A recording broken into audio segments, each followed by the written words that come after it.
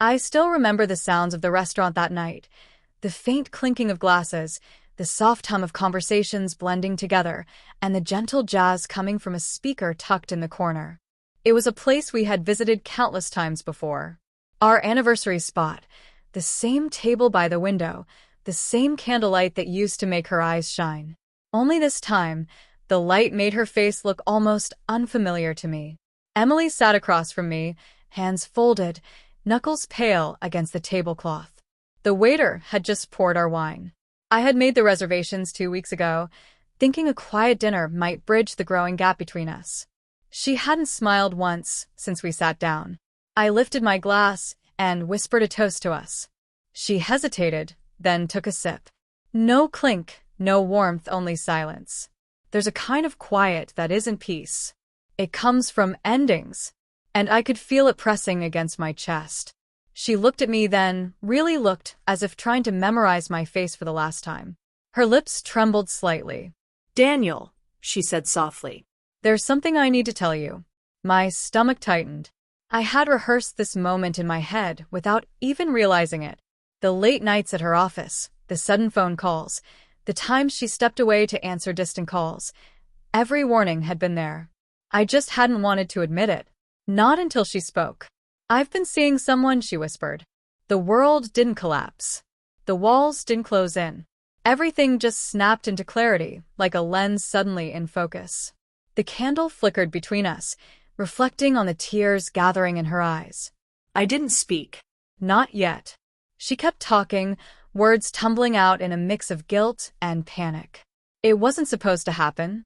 He just understands me, Daniel. We talk. We laugh. I didn't mean for it to go this far." I watched her closely, detached, as if she were a stranger confessing to someone else's husband. Her words sounded practiced, as if rehearsed in front of a mirror to make her betrayal seem tragic. "How long?" I asked quietly. 6 months, she admitted, voice breaking. I wanted to stop her, and I did. But then she stopped herself, covering her mouth as if the truth had cut her tongue. 6 months. I thought about the trips I'd planned, the dinners I'd cooked, the nights she claimed to be tired and turned away in bed. I thought about the messages she might have sent while I brushed my teeth beside her. Every small kindness I'd offered felt like a prop in a play, where I was the only one who didn't know the ending. I set my glass down. "Why tell me now?" Her eyes shifted. "Because I can't keep lying. You deserve honesty." Honesty. That word nearly made me laugh. Honesty after months of lies. But I didn't. I breathed slowly, steady, like I used to before big presentations at work. Control the heartbeat. Control the face. I said, "All right." One word. No shouting, no drama, just calm acceptance. Emily blinked, confused. "All right, that's all you're going to say?" I leaned back, looking at her like a painting I'd seen 1,000 times, but only now noticed the cracks. "You made your choice," I said. I just finally heard it. The silence afterward was louder than anything I could have said. She looked as if she had expected rage, tears, something she could play off, but I gave her nothing. I picked up my napkin, set it neatly beside my plate, and met her gaze again. "Finish your wine, Emily. Then let's go home. Pack your things tonight." Her breath hitched. Calmness in my voice seemed to shake her more than if I had screamed. "Daniel, please don't." I stood slowly. "No. You don't get to please anymore. You had 6 months for that."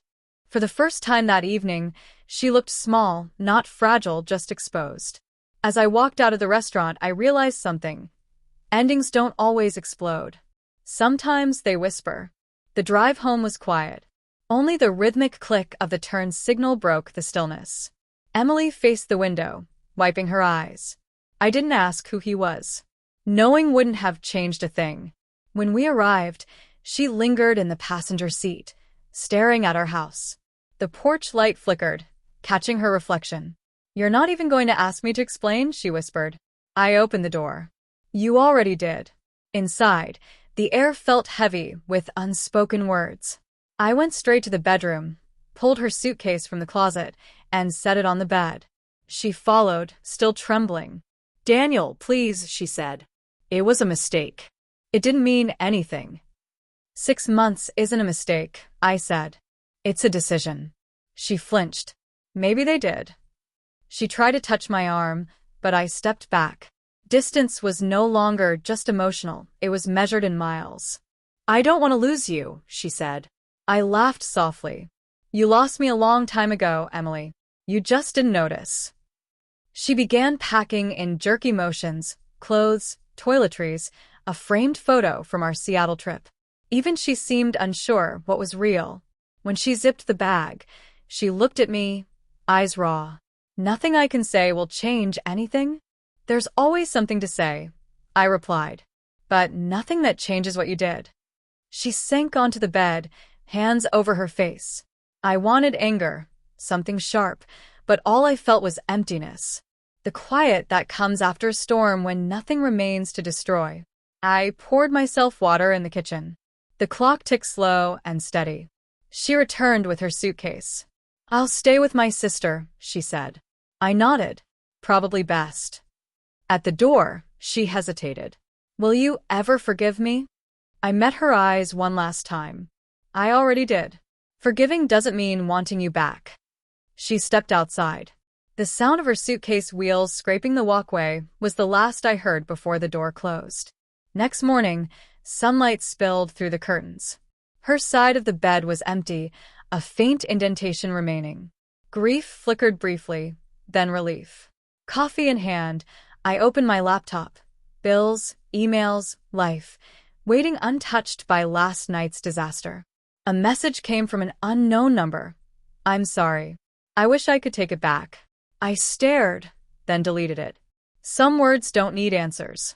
Later that week, I returned to the same restaurant alone. Same table, same window. The waiter poured my wine. I lifted the glass.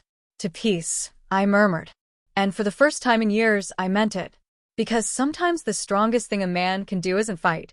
It's stay calm, walk away, and never look back.